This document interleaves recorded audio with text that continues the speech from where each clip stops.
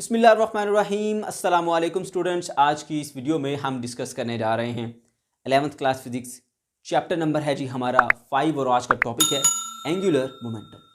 बच्चों, angular momentum एक important topic है और स्टूडेंट्स की इस टॉपिक के बारे में राय ये होती है कि ये एक मुश्किल टॉपिक है, आसानी से हम इसको नहीं अंडरस्टैंड कर सकते, इसका प्रॉपर कंसेप्ट नहीं मिल पाता। तैयार तो हम कर ही लेते किसी तरीके से। तो बच्चों, मैं ये कहूँगा कि ये टॉपिक बहुत ही आसान है, बहुत ही सिंपल है और इजीली आप इसका कंसेप्ट हासिल कर सकते हैं। प्रॉब्लम ये होती है कि जब आप इसको बुक से पढ़ते हैं तो वहाँ पर इस तरीके से एक्सप्लेन किया गया कि आप थोड़ा परेशान हो जाते हैं कि ये क्या चीज़ है। ठीक है, तो चलिए एक इसको आसान और सिंपल तरीके से स्टार्ट करेंगे। बच्चों, सबसे पहले ये सीखें कि मोमेंटम होता क्या है। ये जो टर्म मोमेंटम है ना, इसका मतलब होता है क्वांटिटी ऑफ मोशन। हम स्टार्ट करेंगे एक सिंपल केस यानी लीनियर मोमेंटम से। आपने क्लास 9th में पढ़ा था लीनियर मोमेंटम। अगर आपको याद हो तो वो क्या था? वो था quantity of motion due to mass and velocity. एक ऑब्जेक्ट के पास जो क्वांटिटी ऑफ मोशन होती है उसके मास की वजह से और उसकी वेलोसिटी की वजह से, ठीक है, उसको हम क्या बोलते हैं? उसको हम बोलते हैं जी लीनियर मोमेंटम। और यहां पर याद रहे, हम जिस वेलोसिटी की बात कर रहे हैं वो लीनियर वेलोसिटी है। यहां पर हम लीनियर मोशन के अंदर रहते हुए बात करेंगे लीनियर मोमेंटम में। तो एक ऑब्जेक्ट है, कोई या कोई बॉल है या कोई मैस है, ठीक है, एम उसका मैस है, वो मूव कर रही है कुछ वेलोसिटी वी के साथ। तो उसको जो हम लीनियर मोमेंटम निकालते थे वो mass multiply by linear velocity करते थे। इसीलिए हम इसको यूं भी डिफाइन करते थे, product of mass and linear velocity is called linear momentum. ये एक वेक्टर क्वांटिटी थी और इसकी डायरेक्शन वेलोसिटी की डायरेक्शन में होती थी। समझ गए? तो यहां पर जो मैंने टर्म आपको बताई थी ये क्या है? Quantity of motion. अब जब हम बात करते हैं ना लीनियर मोमेंटम की, तो यहां आप लीनियर मोशन में रहते हुए बात करेंगे, ठीक है। तो यहां पर क्या होगा? Quantity of linear motion. असल में क्या है? Quantity of linear motion. किसकी वजह से? बॉडी के मास की वजह से और उसकी वेलोसिटी की वजह से। और इन्हीं दोनों की प्रोडक्ट जो है आपको लीनियर मोमेंटम देती है। अब इसी कंसेप्ट को बढ़ाते हुए एंगुलर में चलिए। एंगुलर में क्या होता है? बॉडी को हमने रोटेट कराना होता है, ठीक है। बॉडी को हमने क्या करना है? रोटेट कराना है। तो जब बात करेंगे एंगुलर मोशन की, ठीक है, या एंगुलर मोमेंटम की, तो एंगुलर मोमेंटम, क्योंकि ये भी मोमेंटम ही है ना, तो यहां पर भी क्वांटिटी ऑफ मोशन होगी, लेकिन यहां क्वांटिटी ऑफ लीनियर मोशन नहीं होगी। यहां पर क्वांटिटी ऑफ एंगुलर मोशन कह लें या क्वांटिटी ऑफ रोटेशन कह लें, ठीक है। ये यहां पर किसकी बात होगी? क्वांटिटी ऑफ रोटेशन की। तो जैसे यहां पर ये दो चीजों की वजह से ये क्वांटिटी ऑफ मोशन होती थी, एक लीनियर वेलोसिटी और एक मास। इसी तरह से इसके अंदर भी हमारे पास दो चीजों की वजह से ये क्वांटिटी ऑफ रोटेशनल मोशन होगी, एक एंगुलर वेलोसिटी और दूसरा मूवमेंट ऑफ इनर्शिया। कैसे? मैं भी आपको एक्सप्लेन करता हूं। एक बात ये जान रखिए बच्चों कि जो लीनियर मोमेंटम होता है उसको हम पी से डिनोट करते हैं और जो एंगुलर मोमेंटम होता है उसको हम डिनोट करते हैं एल के साथ, ठीक है। एल के साथ हम इस मोमेंटम को डिनोट करते हैं, राइट? ओके, जैसे यहां पर था P is equal to M into V, ये लीनियर मोमेंटम, तो यहां पर लीनियर वेलोसिटी और साथ में मास से मल्टीप्लाई हो रही है। ये एंगुलर मोमेंटम, तो यहां पर एंगुलर वेलोसिटी साथ में किससे मल्टीप्लाई हो रही है? मूवमेंट ऑफ इनर्शिया से। अब आप कंफ्यूज होंगे कि सर आप कैसे कंपेयर कर रहे हैं इनको? यहां पर तो वेलोसिटी मास से मल्टीप्लाई हो रही है, लेकिन यहां पर ऐसा नहीं है। वेलोसिटी जो है एंगुलर वेलोसिटी वो मास से मल्टीप्लाई नहीं हो रही, वो तो मूवमेंट ऑफ इनर्शिया से मल्टीप्लाई हो रही है। तो बच्चों, इससे प्रीवियस लेक्चर में हमने डिटेल से डिस्कस किया था, मैं अभी दोबारा भी रिवाइज कराऊंगा, लेकिन एक बार सुन लीजिए। लीनियर मोशन में जो रोल मास प्ले करता है, एंगुलर मोशन में वही role movement of inertia play करता है। तो जो हम रोटेशनल एनालॉजी की बात करते हैं, तो रोटेशनल एनालॉजी के अंदर आप ये चीज जान लीजिए कि जैसे हमारे पास, आपको याद होगा, एक लीनियर डिस्प्लेसमेंट था और एक एंगुलर डिस्प्लेसमेंट, ये इसका रोटेशनल एनालॉजी था। इनमें रिलेशन क्या था? S is equal to R theta. इसी तरह लीनियर वेलोसिटी और एंगुलर वेलोसिटी के दरमियान एक जो रिलेशन था वो क्या था? V is equal to R omega. इसी तरह लीनियर एक्सेलरेशन और एंगुलर एक्सेलरेशन में एक रिलेशन था, वो A is equal to R alpha था, ठीक है। ये सारे क्या है? ये लीनियर और ये क्या है? ये एंगुलर क्वांटिटी है और ये इनके बेसिकली क्या है? रोटेशनल एनालॉजी है। इसी तरह याद रखो जो मैस है ना, मैस लीनियर में मैस, उसका रोटेशनल एनालॉगी जो होता है वो एंगुलर के अंदर मोमेंट ऑफ इनर्शिया होता है। कैसे, मजीद बताता हूं आपको। देखिए आपने न्यूटन सेकंड लॉ पढ़ा था, F is equal to M A, ठीक है, F is equal to M A. अब जरा देखिए गौर से, यहां पर हमने इसकी एंगुलर फॉर्म जब बनाई थी तो हम क्या करते हैं, इसको एंगुलर में चेंज करते हैं। अब एक्सेलरेशन है, लीनियर एक्सेलरेशन, इसका जो एंगुलर फॉर्म है वो क्या होता है, एंगुलर एक्सेलरेशन। उसकी वैल्यू पुट करें इस रिलेशन से, आप जानते हैं ये रिलेशन वो क्या है जी, R alpha, linear acceleration is equal to R time angular acceleration. ये आर टाइम एंगुलर एक्सेलरेशन आ गया। अब ये क्या है, फोर्स। तो बच्चों याद रखो ये जो फोर्स एफ है ना, इसका जो लीनियर, इसका जो एंगुलर एनालॉगी होता है वो होता है टार्क, और इसके दरमियान रिलेशन क्या होता है, torque is equal to R cross F के, ठीक है, आर क्रॉस एफ। तो अब इस फोर्स को रोटेशनल एनालॉगी जो है वो टार्क में बनाने के लिए हम दोनों तरफ आर से मल्टीप्लाई करेंगे, R cross F is equal to M, और यहां पर आर आर से मल्टीप्लाई होकर आर का स्केयर बन जाएगा साथ में अल्फा। अब ये बन गया हमारे पास टॉर्क, और एम आर स्केयर आप जानते हैं मोमेंट ऑफ इनर्शिया होता है, I is equal to M R square. तो यहां पर इसकी जगह लिखेंगे आई अल्फा। तो अब जरा देख लीजिए, फोर्स को जो रिप्लेस कर रहा है वो टार्क, लीनियर एक्सेलरेशन को रिप्लेस कर रहा है एंगुलर एक्सेलरेशन, तो मास को कौन रिप्लेस कर रहा है, मोमेंट ऑफ इनर्शिया आई। तो बच्चों घबराना नहीं या परेशान नहीं होना, जैसे यहां पर ये मास और लीनियर वेलोसिटी की प्रोडक्ट आपको लीनियर मोमेंटम मिलते हैं, इसी तरह यहां पर मास को रिप्लेस करता है उसका एनालॉगी, रोटेशनल एनालॉगी, जिसको हम मोमेंट ऑफ इनर्शिया कहते हैं। समझ लीजिए, सिर्फ समझने के लिए हम ये कह सकते हैं कि यूं समझ लीजिए कि जो मास है वो हमारे पास एंगुलर मोशन के अंदर मोमेंट ऑफ इनर्शिया ही है, समझ गए। तो अब यहां पर देखिए, ये एंगुलर मोशन के अंदर जो वेलोसिटी होगी वो एंगुलर होगी, तो एंगुलर वेलोसिटी को मोमेंट ऑफ इनर्शिया से मल्टीप्लाई करेंगे तो आपको एंगुलर मोमेंटम मिल जाएगा, समझ गए। जैसे यहां पर लीनियर वेलोसिटी को मास से मल्टीप्लाई करते थे, क्योंकि हम जानते हैं कि लीनियर मोशन में जो रोल मास प्ले करता है वही रोल एंगुलर मोशन में मोमेंट ऑफ इनर्शिया प्ले करता है, समझ गए।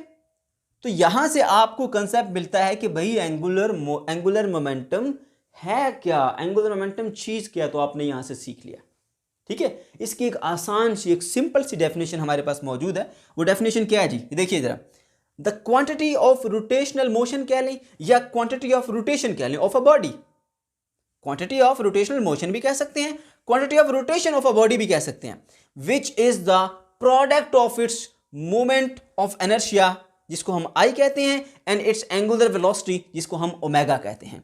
तो यहां पर क्या कहा जा रहा है, एंगुलर मोमेंटम क्या है, क्वांटिटी ऑफ रोटेशनल मोशन है, या quantity of rotation of the body है, समझ गए। जैसे हमने पहले बात में यह कही थी कि मोमेंटम बेसिकली क्या, quantity of motion. Angular momentum की बात करेंगे तो क्वांटिटी ऑफ एंगुलर मोशन या क्वांटिटी ऑफ रोटेशनल मोशन। तो किसकी वजह से ये rotational motion, moment of inertia I, और एंगुलर वेलोसिटी ओमेगा की वजह से। तो बच्चों ये था इसका एक इजी कंसेप्ट।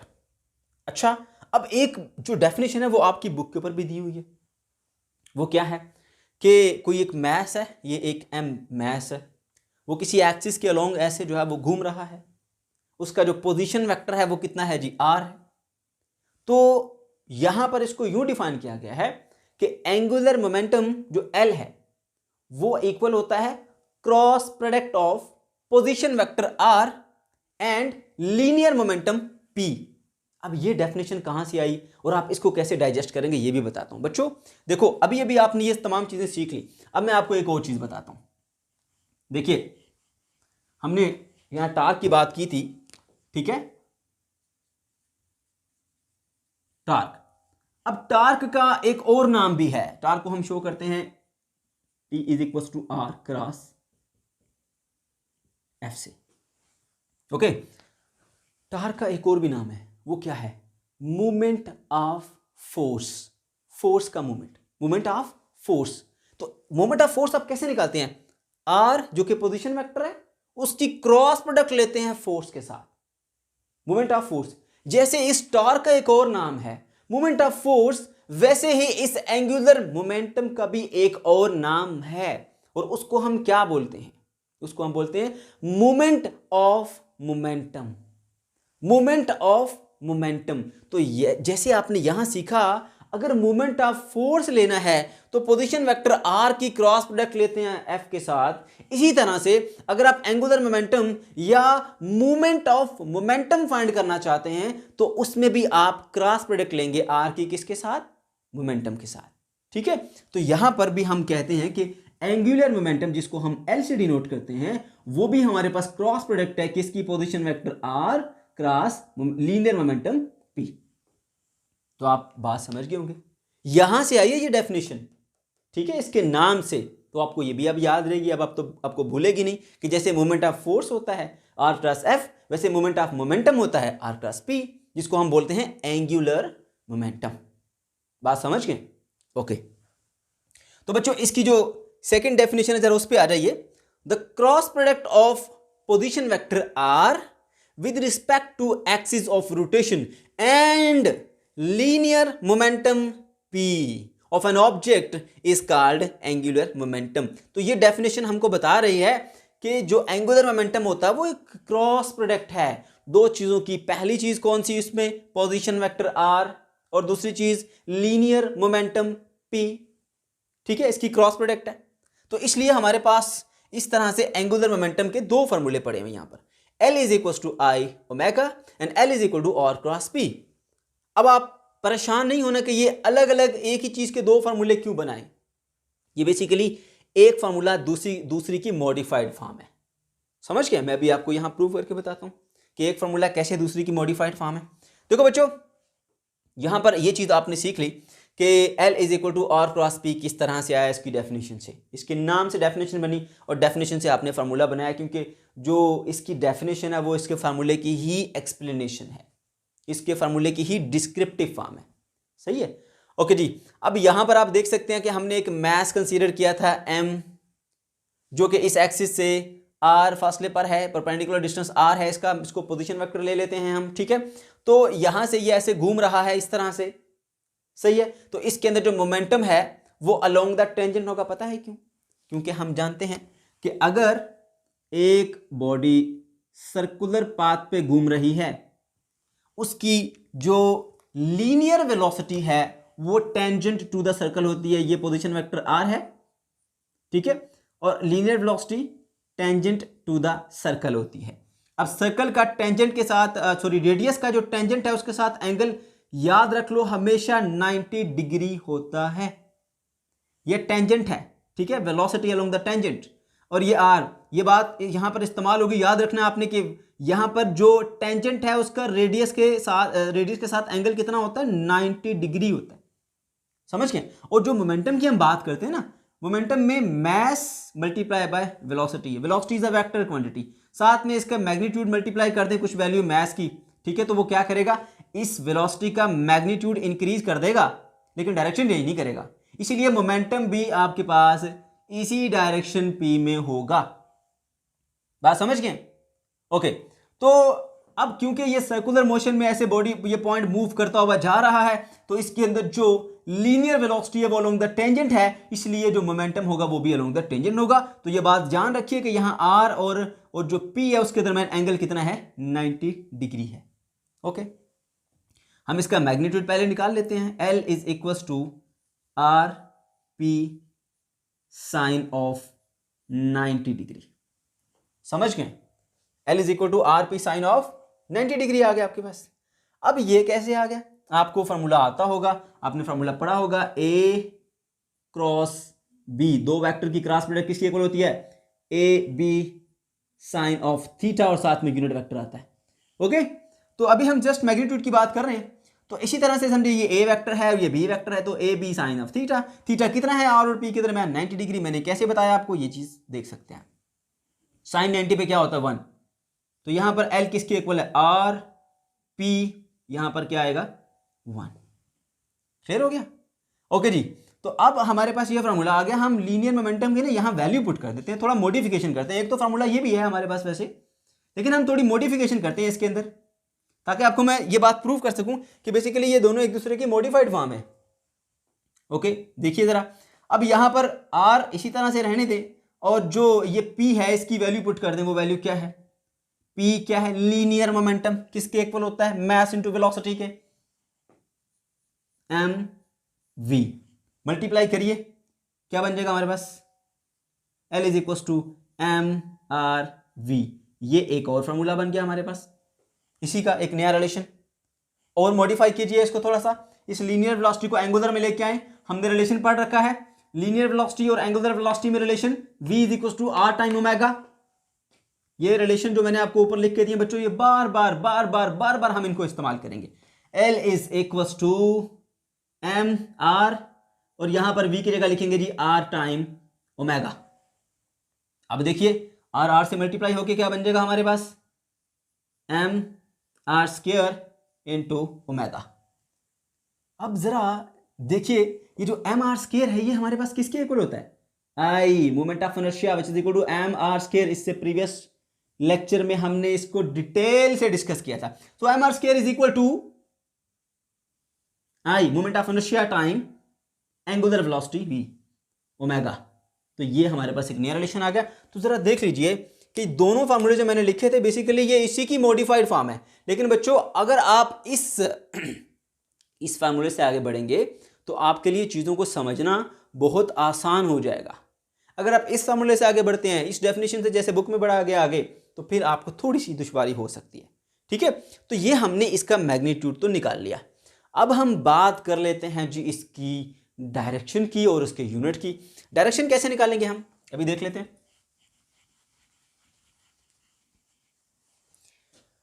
आपको याद होगा कि हमने जब एंगुलर वेलोसिटी फाइंड की थी तो वहां पर हमने किस तरह फाइंड की थी कि ये अगर एक डिस्क है ऐसे, ठीक है, ये हमारे बोर्ड के प्लेन में पड़ी, मतलब ऐसे साथ बोर्ड के साथ चिपकी हुई है, ठीक है जी, और ये इसका एक्सिस है जिस पे ये घूमेगी। ओके, तो इसकी जो एंगुलर वेलोसिटी थी उसकी डायरेक्शन फाइंड करने के लिए हम राइट हैंड रूल इस्तेमाल करते थे। ठीक है, और हमने पढ़ा था कि अगर ये डिस्क जो है वो एंटी क्लॉकवाइज घूमे, एंटी क्लॉकवाइज ऐसे, तो आप अपनी फिंगर्स को एंटी क्लॉकवाइज कर्ल करें तो थंब जो है वो इंडिकेट करेगा वेलोसिटी की डायरेक्शन को। तो वेलोसिटी जो है वो आउट ऑफ द प्लेन होगी। अगर इस बोर्ड को प्लेन माने तो आउट ऑफ द प्लेन, यानी इस बोर्ड से बाहर की तरफ ऐसे आउटवर्ड आएगी। समझ गए? तो जैसे मैंने आपको यहां पर बताया था कि जिस डायरेक्शन में वेलोसिटी उसी डायरेक्शन में मोमेंटम होगा। यहां पर भी आप देख सकते हैं जो एंगुलर मोमेंटम है वो किसकी प्रोडक्ट है, I time omega. Omega is the angular velocity, ठीक है, और आई साथ में क्या है, एक स्केलर क्वांटिटी है, ये जस्ट इसका मैग्नीट्यूड चेंज करेगी, ठीक है, इसकी डायरेक्शन चेंज नहीं करेगी। समझ गए? ओके, तो यहां पर देखिए अगर ये बॉडी जो है वो घूम रही है एंटी क्लॉकवाइज, ऐसे एंटी क्लॉकवाइज घूम रही है, तो यहां से ऐसे फिंगर्स को आपने कर्ल किया राइट हैंड की, थंब आउटवर्ड है, इसका मतलब है कि यहां पर जो एंगुलर वेलोसिटी है वो आउटवर्ड है, बाहर को है, तो फिर एंगुलर मोमेंटम भी कहां होगा, आउटवर्ड होगा, बाहर की तरफ होगा। समझ गए? और अगर इसी बॉडी को हम रोटेट करा दें क्लॉकवाइज डायरेक्शन के अंदर, ऐसे, ठीक है, क्लॉकवाइज डायरेक्शन के अंदर, तो अब अपने राइट हैंड की फिंगर्स को आपने फिर क्लॉकवाइज घुमाना है। तो क्लॉकवाइज कैसे घुमाएंगे, ऐसे। तो अब आपका थंब की तरह इनवर्ड, ठीक है, बोर्ड के इनसाइड, तो इस तरफ को इनवर्ड, इस प्लेन के इनवर्ड जो है वो हमारे पास इसकी एंगुलर वेलोसिटी आएगी, उसी डायरेक्शन में एंगुलर मोमेंटम आ जाएगा। तो उम्मीद करता हूं कि आपको ये कंसेप्ट समझ में आ गया होगा, कोई मुश्किल चीज नहीं है ये। ओके बच्चों, उसके बाद फिर हम बात करेंगे जी इसके यूनिट की। ठीक है, यूनिट के लिए हम इसका एक आसान सा रिलेशन यहां से निकाल लेते हैं, ये वाला MRV। इससे हम लिखते हैं यहां पर L is equal to MRV। तो जरा देखिए मास का यूनिट क्या होता है। ठीक है, मास का यूनिट होता है हमारे पास kg, और ये R क्या है, पोजीशन वेक्टर है, ये रेडियस क्या लें आप इसको, इसकी यूनिट क्या होती है, मीटर, और वेलोसिटी क्या होती है, मीटर्स पर सेकंड, मीटर्स पर सेकंड। अब जरा इनको मल्टीप्लाई कीजिए, ये इसका यूनिट आएगा। ठीक है, तो ये बन जाएगा kg मीटर स्क्वायर पर second, that is the unit of angular momentum. तो बच्चों हमने इसका यूनिट भी देख लिया, इसकी हमने डायरेक्शन भी देख ली। अब हम क्या करने जा रहे हैं, अब हम एक रिजिड बॉडी का जो एंगुलर मोमेंटम है वो फाइंड करने जा रहे हैं। चलिए जी स्टार्ट करते हैं उसको। अब मान लीजिए जी हमारे पास एक रिजिड बॉडी है। ठीक है, रिजिड बॉडी की डेफिनेशन आपको मैं बता देता हूं। एक ऐसी बॉडी जिसके ऊपर आप फोर्स अप्लाई करें तो उसके जो पेयर ऑफ पार्टिकल्स हैं उनके दरम्यान फासला कम या ज़्यादा नहीं होना चाहिए। अगर मैं थोड़ा सिंपल वर्ड में कहूँ ना, तो बच्चों हमारे पास जो एक जो रिजिड बॉडी होती है वो एक ऐसी बॉडी जिस पे आप फोर्स अप्लाई करो उसकी शेप में चेंज ना आए। ठीक है, अगर मैं सिंपल वर्ड में कहूँ तो, टेक्निकली मैं इसको नहीं बोल रहा, समझ गए? तो सिंपल वर्ड में कहूँ तो आप कोई सख्त बॉडी, कोई हार्ड किस्म की बॉडी फोर्स लगा रहा हूँ, उसकी शेप में चेंज नहीं आ रहा, यानी उसके पेयर ऑफ पार्टिकल्स के दरमियान, पार्टिकल्स के जो जोड़े हैं, पार्टिकल्स के जो पेयर हैं, उनके दरमियान फासला ना कम होता है ना ज़्यादा होता है, उसको हम बोलते हैं रिजिड बॉडी। और आप जानते हैं कि रिजिड बॉडी बहुत सारे पार्टिकल से मिलकर बनी होती है। ठीक है, तो जब हम इसका एंगुलर मोमेंटम निकालेंगे तो हर एक पार्टिकल का अलग अलग से एंगुलर मोमेंटम निकालेंगे, फिर सबको हम ऐड कर देंगे, समझ गए? तो हमारे पास एक बॉडी का एंगुलर मोमेंटम आ जाएगा। तो मान लीजिए ये एक बॉडी है जो कि यहाँ पर आप देख रहे हैं कि along the Z axis move कर रही है, स्पिन कर रही है। ठीक है, इसके पार्टिकल ऐसे सर्कुलर मोशन के अंदर घूम रहे हैं। एक पार्टिकल ले लीजिए, यहाँ पर हमने इसको डेल्टा एम आई एक जनरल पार्टिकल लिया। ठीक है, यहाँ पर लिखा हमने। अब ये इस तरह से एक सर्कुलर पाथ के अंदर घूम रहा है जिसका रेडियस कितना है आर, कैपिटल आर और साथ में आई, समझ गए? और ये जो आर है ना, ये इसका कोई यूज नहीं है, बस ये इसकी पोजीशन को, इस जिस पॉइंट के ऊपर ये मैस पड़ा है ना, उसका पोजीशन वेक्टर है आर, जो इसकी जो वो क्या कहते हैं जी, पोजीशन को इंडिकेट कर रहा है इस बॉडी के अंदर, समझ गए? ओके, तो आपने यहां पर एक पार्टिकल का अलग अलग से निकालना है एंगुलर मोमेंटम और फिर उन सबको आप कर लेंगे ऐड, समझ गए? तो उसके लिए क्या करेंगे आपने ये करना है कि जितना भी हमारे पास मैस है m, उसको आप डिवाइड कर देंगे छोटे छोटे मैसेज के अंदर, delta m1 plus delta m2 plus चलते चलते इसी तरह से हमारे पास लास्ट में डेल्टा mn आ जाएगा। ठीक है, और हर एक का जो रेडियस है यानी जिसके एक्सिस के गिर्द वो घूम रहा है, वहां से परपेंडिकुलर जो है वो डिस्टेंस इस एक्सिस से, वो उसके पास किसी में r1 होगा, किसी का वो r2 यानी m2 का r2 होगा, इसी तरह m3 में r3 होगा, चलते चलते चलते चलते आपके पास जो है वो आखिरी का होगा वो rn होगा, समझ गए? ओके, तो अब हम एक एक पार्टिकल का अलग अलग से यहां पर एंगुलर मोमेंटम निकालने जा रहे हैं। पहले पार्टिकल की अगर हम बात करें तो लिख देते हैं जी L1। अब देखिए यहां पर जो हमारे पास एक आसान रिलेशन है ना, वो कौन सा है जी? हमारे पास ये वाला यूज कर लेते हैं, mr² इंटू ओमेगा, ये रिलेशन इस्तेमाल कर लेते हैं। ओके, कोई सा भी यूज कर सकते हैं, लेकिन मैं ये वाला कर रहा हूं। अब देखिए जी, यहां पर एक मैस है, मान लीजिए यही मैस है, ये डेल्टा m1 है, तो यहां पर जो फार्मूला होता है इसका वो ये वाला हम यूज कर रहे हैं, mr² इंटू ओमेगा। तो मैस क्या है? डेल्टा m1, और r रेडियस क्या है इसका? r1 कह लें आप, ठीक है? उसका स्केयर होगा क्योंकि mr² इंटू ओमेगा, ओमेगा यहाँ पे आप लिख देंगे इसकी एंगुलर वेलोसिटी। अब मैंने यहाँ पे ओमेगा 1, ओमेगा 2 या ओमेगा 3 नहीं लिखा, ऐसा क्यों बेटे? एक रिजिड बॉडी है, रिजिड बॉडी जब एक चक्कर मुकम्मल करेगी तो इसके सारे के सारे पार्टिकल एक चक्कर मुकम्मल करेंगे।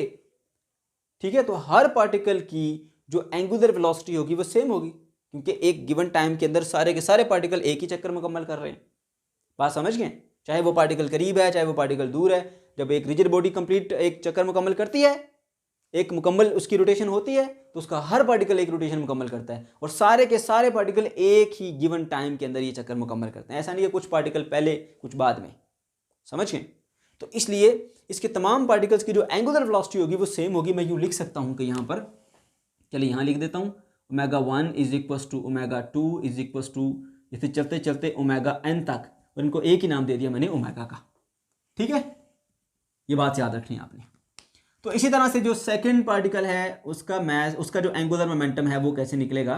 डेल्टा m2 r, उसका रेडियस जो है वो r2 है उसका स्केयर, और साथ में एंगुलर वेलोसिटी ओमेगा। इसी तरह चलते चलते जो थर्ड है उसका एंगुलर मोमेंटम निकलेगा डेल्टा m3 r3 का square into angular velocity omega. समझ गए? अब हम बढ़ते हैं जी लास्ट की तरफ, Ln is equals to delta mn और Rn उसका स्क्वायर, साथ में एंगुलर वेलोसिटी ओमेगा। अब देखिए जी, हमने तमाम पार्टिकल्स का अलग अलग से एंगुलर मोमेंटम निकाला, अब हम टोटल निकाल लेंगे। L is equals to L1 plus L2 plus L3 plus dot dot dot dot dot Ln तक जाएंगे। वैल्यूज पुट करते हैं इनकी, तो वैल्यू कैसे पुट करेंगे जी इन सब की? डेल्टा m1 R1 का square into omega plus delta m2 r2 का square into omega plus delta m3 r3 का square into omega plus dot dot dot dot plus delta mn into R N का square into omega. अच्छा बच्चों, अब हमने इन सबको add करना है, उसके लिए हम स्टैटिस्टिक्स का एक फॉर्मूला लगाएंगे समेशन के लिए। वो क्या है जी, सिग्मा, ठीक है। Delta m1 delta m2 delta m3 इस तरह वेरी कर रहा है। क्या चीज़ चेंज कर रही है, 1 2 3 4 चेंज कर रहा है। जो चीज़ वेरी कर रही है उसकी जगह आप आई लिख दें, डेल्टा m आई एक जनरल टर्म लिख दें। r1 का स्क्वायर, r2 का स्क्वायर, r3 का स्क्वायर, r4 का स्क्वायर। तो 1 2 3 4 इसके अंदर वेरी कर रहा है, जहां पे वेरिएशन आ रही है वहां पे आप आई लगा दें। स्क्वायर कॉमन है तो इसी तरह चलेगा। Angular velocity omega omega omega ऐसे ही चलेगी। ओके, तो ठीक हो गया ये हमारे पास। अब देखिए जी, कहां से लेकर कहां तक ये टर्म हम ऐड कर रहे हैं। ये टर्म हम ऐड कर रहे हैं i इज इक्वल टू 1 से लेकर कहां तक, n नंबर तक। तो n ऊपर लिख देंगे हम, समझ गए। अब आपको मोमेंट ऑफ इनर्शिया i का फॉर्मूला आना चाहिए, i is equal to M R square. तो ये देखिए एम आर स्क्वायर, ठीक है। तो ये बन जाएगा जी आपके पास i इज इक्वल टू 1 से लेकर n तक। और इसकी जगह पे आप लिख सकते हैं जी आई n लिख लें, ये i साथ छोटा सा i लिखें, i, ठीक है। और साथ में क्या, एंगुलर वेलोसिटी ओमेगा। तो ये दे देगा जी आपको total moment of inertia i, और साथ में मल्टीप्लाई हो रहा है ओमेगा। तो ये था बच्चों हमारा आज का टॉपिक। अगर आपको कोई भी कंफ्यूजन है या किसी किस्म का कोई प्रॉब्लम है तो कमेंट सेक्शन के अंदर आप ज़रूर पूछ सकते हैं। अल्लाह हाफिज़।